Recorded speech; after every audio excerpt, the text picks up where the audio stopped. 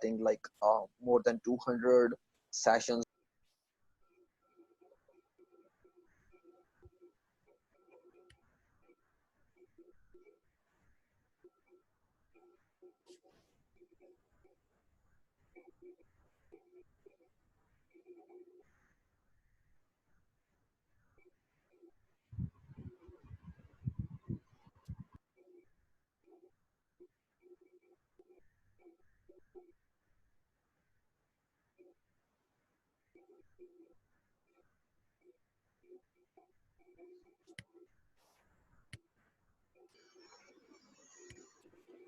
अस्सलाम वालेकुम क्लास, आप लोगों को आवाज़ आ रही है?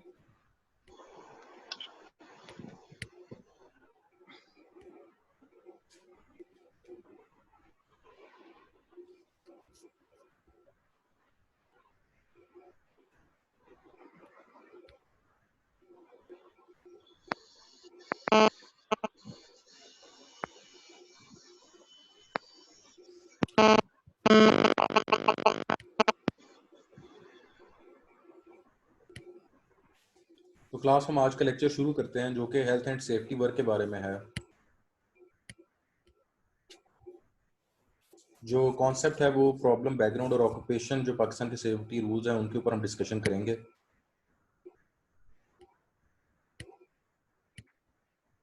प्रॉब्लम क्या है जी? Health and safety at work only hits the headline when there is a major disaster. The number of fatal accidents at work has fallen sharply since the beginning of 1970s, but a significant number of employees and members of public still die each year as a result of accidents at work. मसला ये है कि जो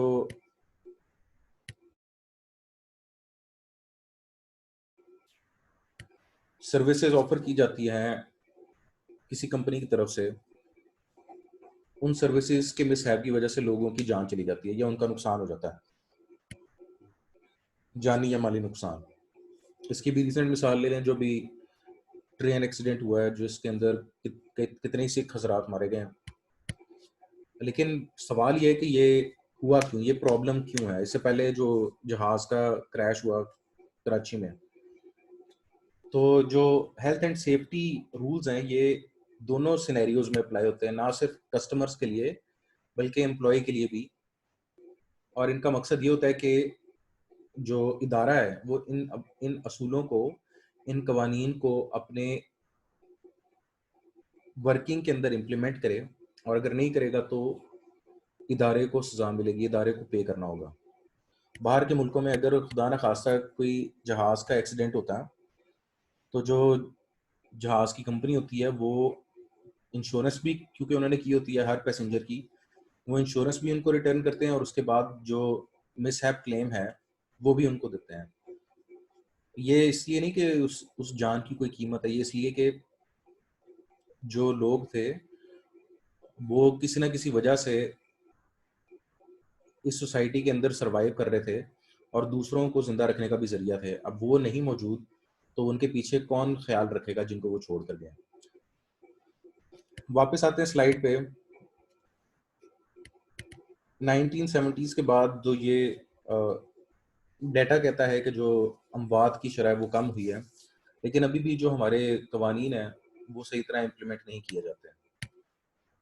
Background: during and after World War I, the Industrial Revolution occurred. Rapid introduction of new industries, increasing demand of products and productive production activities, indiscriminate hiring of workers to run the manufacturing process. This brought about poor and unsafe working conditions, serious and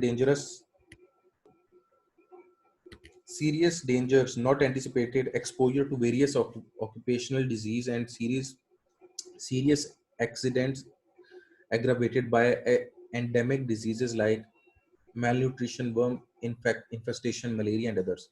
Hence, the origin of occupational health and safety as a mean of protecting the health and welfare of worker were introduced. जो जब से हमारे इंसान की history के अंदर हम मुख्तलिफ अदवार से गुजरे हैं। पहले एक स्टोन एज था, फिर उसके बाद फिर क्रॉप एज आई, फिर इसके बाद अभी इंडस्ट्रियल एज से हम गुजरे हैं। जब वर्ल्ड वॉर 1 और वर्ल्ड वॉर 2 हुई और उसके बाद इंडस्ट्रियलाइजेशन का दौर आया, जहाँ पे बड़ी बड़ी इंडस्ट्रियाँ लगी और इंडस्ट्रियाँ जो थी वो ज़्यादा लोगों को मटेरियल प्रोवाइड करती थी। जब से मॉडल आया तब से इस मॉडल के तहत जो सबसे लोएस्ट लेवल ऑफ वर्कर है, सबसे निचला तबका काम करने वाला, उनकी सेहत का ख्याल रखना ज़रूरी है, लेकिन ये अक्सर देखा गया कि वो नहीं रखा जाता। क्यों नहीं रखा जाता? क्योंकि जो पैसे कंपनी कमा रही है वो ज़्यादा ग्रीड पर मबनी है, प्रॉफिट मार्जिन कम हो जाएगा, या फिर जो ऊपर जितने डायरेक्टर्स या जो स्टेक होल्डर बैठे हैं उनको मुनाफा कम मिलेगा अगर वो लोगों की सेहत पे खर्चा करते हैं। इसकी एक मैं मिसाल देता हूँ आपको कि कभी आप कंपेयर करना कि पाकिस्तानी पुलिस पे एक महीने में एवरेज कितना खर्चा होता है और अमेरिका की पुलिस में एक महीने में एवरेज कितना खर्चा होता है। यानी एक पुलिस ऑफिसर को सिक्योरिटी देने, वो अगर सड़क पर ड्यूटी करने के लिए खड़ा है तो जो उसके जिस्म पर प्रोटेक्टिव इक्विपमेंट है, पाकिस्तान में वो कितने का पर महीना उस पर खर्चा आ रहा है और अमेरिका में कितना खर्चा आ रहा है, 1000 गुना का फ़र्क है। तो ये बुनियादी फ़र्क इसलिए है कि हमने कानून साजी आम आवाम की भलाई के लिए नहीं की हुई, हमने कानून साजी जो उस इंडस्ट्री ऑर्गेनाइजेशन का शेयर होल्डर है, जो सबसे ऊपर बैठा है, जिसने मुनाफा लेना है, उसके लिए की हुई है। तो जो कानून साजी है उसी को हम हेल्थ एंड सेफ्टी एक्ट कहते हैं, जिसके अंदर बाय लॉ हमें ये डिफाइन करना है कि क्या प्रोटेक्शन देनी चाहिए जो वर्कर्स हैं उनको। अब बेनिफिट्स क्या हैं इसके? अगर प्रोटेक्शन प्रॉपर हो, किसी भी ऑर्गेनाइजेशन के एम्प्लॉय को अगर प्रोटेक्शन प्रॉपर हो तो उसको फायदा क्या है? A safe workplace ensures less accident. Keep the workers focused on their task rather than worry about chances of mishaps. Increase productivity and efficiency of work. Managing the workforce becomes easy and the worker remain motivated. A healthy and sound worker is an asset and contributes towards economic development of organization. ये वो benefits हैं कि अगर हम किसी को protection दें, किसी ऑर्गेनाइजेशन के अंदर वर्किंग स्टाफ को, तो वो उस ऑर्गेनाइजेशन के लिए पॉजिटिव है, क्योंकि लोग हेल्थ एंड लाइफ सिक्योरिटी की वजह से अच्छा परफॉर्म करेंगे। Occupational health and safety laws in Pakistan. सबसे पहले आ जाते हैं जी, डेफिनेशन क्या है? Means by which to control aspect of work production that involve any degree of risk और danger that may cause injury और harm. This process eliminate such elements to ensure employ safety and health. जो ऊपर वाली line है उसमें वो तमाम वजूहात जिनकी वजह से किसी भी किस्म का नुकसान हो सकता है उसको आइडेंटिफाई करना है, और दूसरे पॉइंट में ये कहा गया कि इन वजूहात को आपने एलिमिनेट करना है एम्प्लॉय की सेफ्टी और हेल्थ के लिए।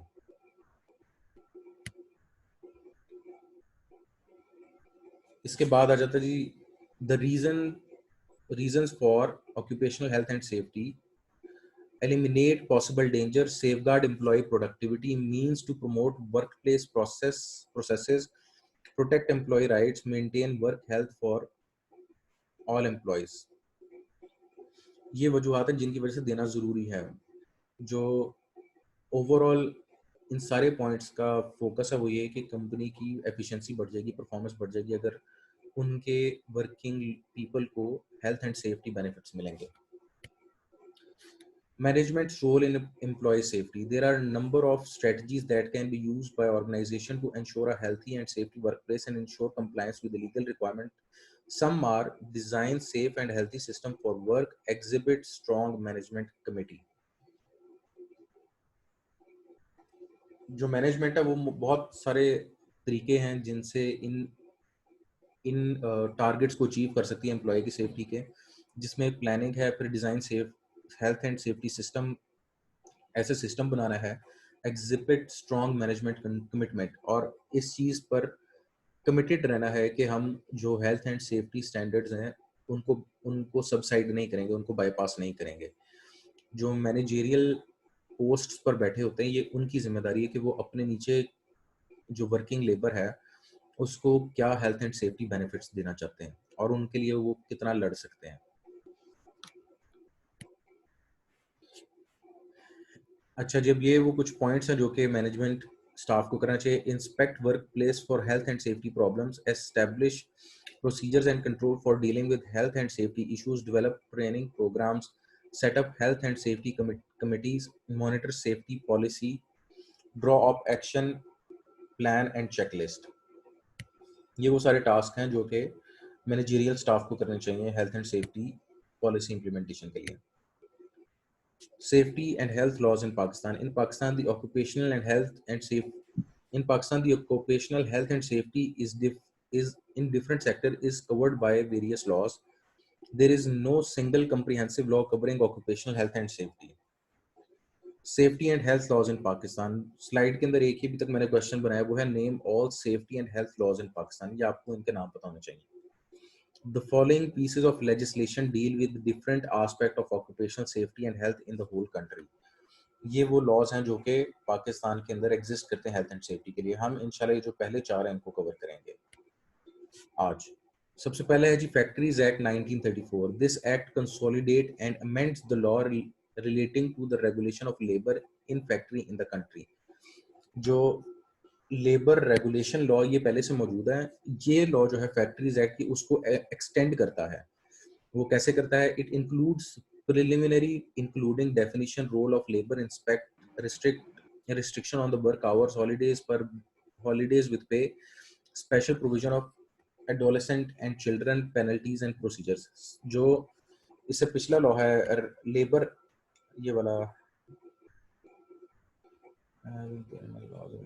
जो पहले से रेगुलेशन लेबर्स इन फैक्ट्रीज, जो पहले से लेबर राइट्स के लॉज एग्जिस्ट करते हैं उनकी सारी डेफिनेशंस को पहले ये इंक्लूड करता है अपने अंदर, जिसके अंदर कौन कौन सी डेफिनेशन आती है कि जी लेबर इंस्पेक्शन की, रिस्ट्रिक्शन की, वर्किंग आवर्स की, हॉलीडेज विद पे की, स्पेशल प्रोविजन की, पेनल्टीज की एंड प्रोसीजर। ये लॉ पहले वाले लॉ की डेफिनेशंस को अपने अंदर इंक्लूड करता है। उसके बाद the act also contain a chapter 3। ये एक चैप्टर 3 ऐड करता है on health and safety of workers and hygiene condition at the work place. क्योंकि ये उसको एक्सटेंड कर रहा है तो पहले सारी डेफिनेशंस उनकी इंपोर्ट करता है, उसके बाद ये एक नया चैप्टर ऐड करता है जो कि हेल्थ एंड सेफ्टी के ऊपर है। अब चैप्टर 3 करता क्या है, कहता क्या है? Chapter 3 of this act provides factory inspections, hygienic conditions, ventilation and temperature, dust and fumes, artificial humidity, lighting, overcrowding, drinking water, sanitation facilities, precaution in case of fire, machine guarding, pressure vessels, precaution against dangerous fumes, eye protection, safety of building, machine and manufacturing processes and so on। ये law chapter 3 के अंदर जो जितने भी health and safety से related equipment और उसकी procedures और उससे रिलेटेड जो पेनल्टीज या बेनिफिट्स हैं उनको डिस्कस करता है। इसके बाद जो अगला है वो प्रोविंशियल फैक्ट्रीज रूल है। जो जो 4 हैं, पंजाब, सिंध, केपी के 4 ने भी हमारे पास अभी यहाँ 3 का डिस्कशन है। ये 3 बेसिकली प्रोविंशियल फैक्ट्रीज रूल हैं जो कि फैक्ट्री रूल को एक्सटेंड करते हैं। अब उन्होंने क्या एक्सटेंड किया है वो हम इसमें डिस्कस करते हैं। Three provinces of Pakistan, Punjab, Sindh and KPK, under the authority of the Factories Act 1934, Pakistan made their rule and regulation to govern labor legislation, which is almost similar to each other. They provide detailed rule of factory inspection, hygienic conditions, ventilation, temperature, dust and fume, artificial humidification, overcrowding, lighting, drinking water, sanitation factories. They also consider role of welfare officer, precaution against fire, machine guard, eye protection, dangerous swimming, working hour, notification, investigation, vaccination, pay holiday and so on. जो chapter 3 है basically factories act का 1934 जो पूरे पाकिस्तान के लिए apply होता है, ये उसके चैप्टर 3 को फर्दर एक्सटेंड करते हैं, जिसमें जो इंस्पेक्शन और हाइजीन और जो भी प्रोटेक्टिव इक्विपमेंट से रिलेटेड है उसके अंदर फर्दर डेफिनेशंस को ऐड करते हैं और उसकी प्रोटेक्शन को ऐड करते हैं। उसके अलावा जो बेनिफिट्स या जो पेनल्टीज हैं उनको भी फर्दर एक्सटेंड करते हैं, लेकिन ये प्रोविंस वाइज कर रहे हैं क्योंकि ये प्रोविंशियल एक्सटेंशंस हैं, तो इन्होंने अपने प्रोविंस वाइज एक्सटेंड किया है। कहने का मतलब ये है कि ज़रूरी नहीं कि पंजाब का जो हेल्थ एंड सेफ्टी एक्ट है वो एग्जैक्टली सेम होगा जो सिंध का है, तो ये प्रोविंशियल लेवल पर इनमें डिफरेंस आ सकता है। यहाँ तक हमारा लेक्चर था आज। जो बाकी लॉज हैं वो हम कल पढ़ेंगे, उससे आगे हम कल पढ़ेंगे। आप लोगों को कोई क्वेश्चन है तो आप मुझसे पूछ सकते हैं।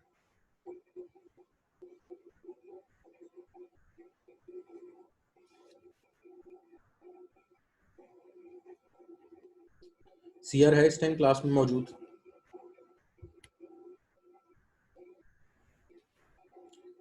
इस टाइम सीआर है क्लास में?